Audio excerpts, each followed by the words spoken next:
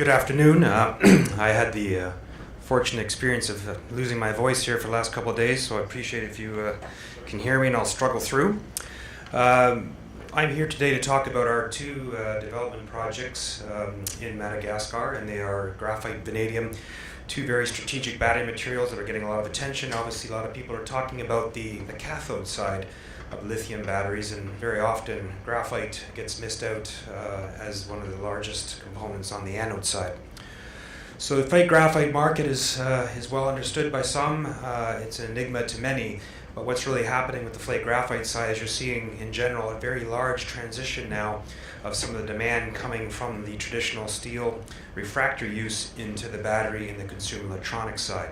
And you're seeing that now over the course of the last 5 years, where the amount of graphite that was natural occurring being almost zero 10 years ago, moving to almost 25% of the demand. So our projects at Madagascar, we've been there roughly 10 years, invested $40 million developing these two assets. And we are in the south. We are using the port as part of our bankable feasibility, and our graphite is a feasibility stage project. And we're using the port of Fort Dauphin, which is the same port that Rio Tinto uses for the ilmenite sands. One of the great things about Madagascar is where we're actually located, and it's to the key markets that right now are driving a lot of the demand for the graphite, the batteries obviously, but also the vanadium, and that's both from the steel side, from India, China, but also we're starting to see the battery side of the vanadium come on very, very strong. So specifically with our graphite deposit, our Molo deposit is a very large resource, very high quality, about 140 million tons, grading roughly 7% graphite, and we've obviously moved that as our bankable into a measured status. But really what's great about our project is where it's situated, and we're not in the rainforest of Madagascar, which is clearly a sensitive area, but you can see from our topography it's ideal. It's a dry savanna, and our resource sits in a very, very small portion of the total amount of graphite that we have, and we've delineated about 300 continuous line kilometers of graphite where we currently are, but our deposit only sits in roughly a 2 kilometer by 500 meter footprint. From the get-go, we have been very proud of the fact but we want to make sure that we've been adhering to IFC and the Equator Principles standards as we've done our environmental. And from early on when we discovered both these resources, we have been very fully engaged into the community. So we've been very active and had a full now buy-in from the communities around us, but putting in schools, vaccination corridors, and drilling for water wells, etc. So these are things that we obviously do as part of our economic and social stewardship of developing these projects.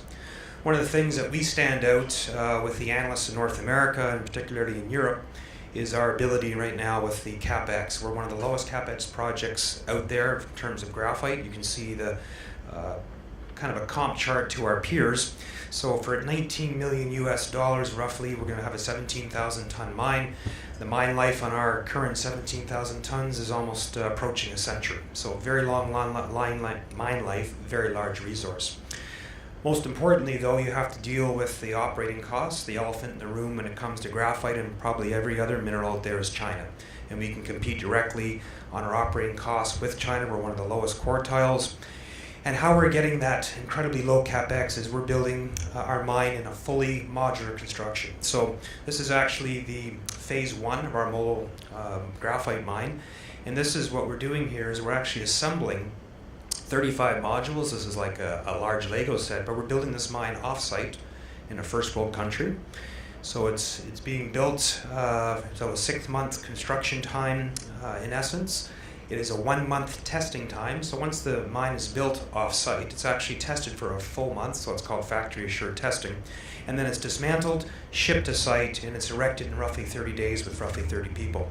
And one of the incredible things about our modular, not only the fact that it's driven the CapEx down, but you can see the size of this mine. Very, very compact, roughly 60 meters by 30 meters for the actual processing plant, but a total space of only 100 meters by 60 meters.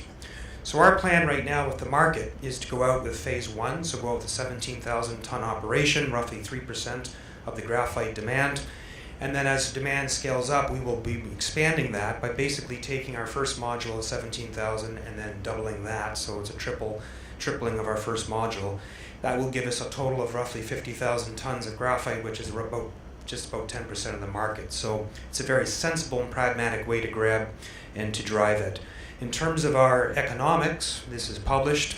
So phase 1 is actually bankable feasibility stage, and you can see very robust economics, but even better in phase 2, and these right now are projected internal estimates of what this will look like. And again, the paybacks are very quick, the NPVs are attractive, and the IRRs obviously are very, very high. What's driven a lot of the attention to our deposit is the very high quality graphite. Madagascar is known for high quality graphite. It's been shipping graphite out for over 100 years, but one of the things that we have is a very brand new discovery, very, very large. And one of the first things that we did was we wanted to make sure that we verified our product. So we did put together a pilot plant, processed 200 tons of ore, generated 13 tons of finished concentrate, and we have a very high and very attractive flake distribution. So in simple terms, half our deposit is the premium jumbo and extra large flake. And of course we have, like everybody else does, a smaller flake. But one of the key things here is our deposit can achieve 98% purity with simple flotation, but across virtually every flake size. And that's a pretty unique thing to have in the graphite space.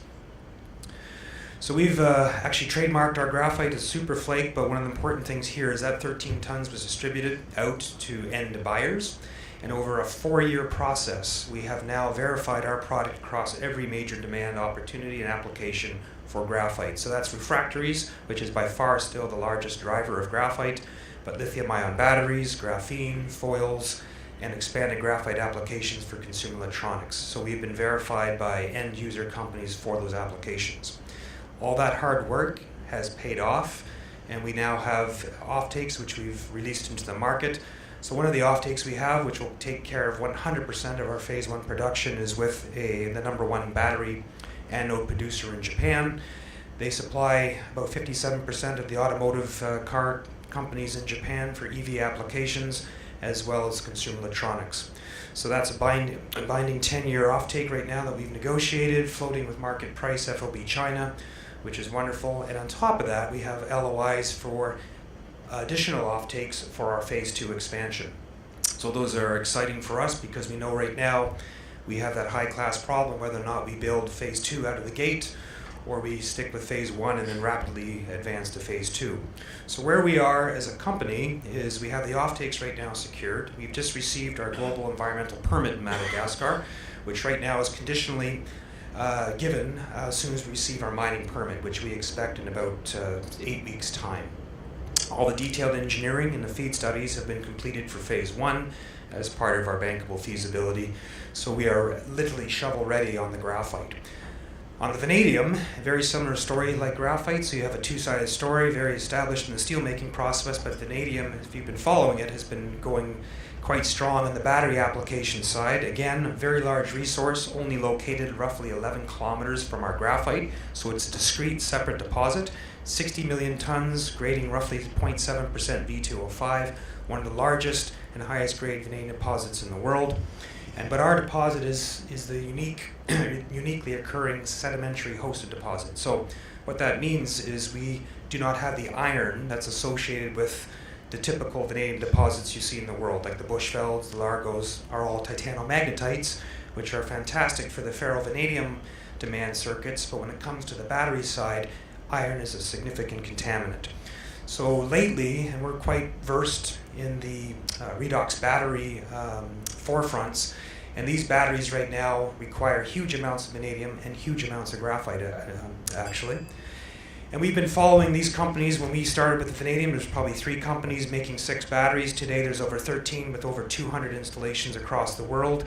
And right now we're being vetted and approached by 3 of these companies for joint venture and acquisition opportunities on our graphite, and it's because we have the sedimentary hosted deposit. And according to them, that's the only type of vanadium that can go into the redox battery.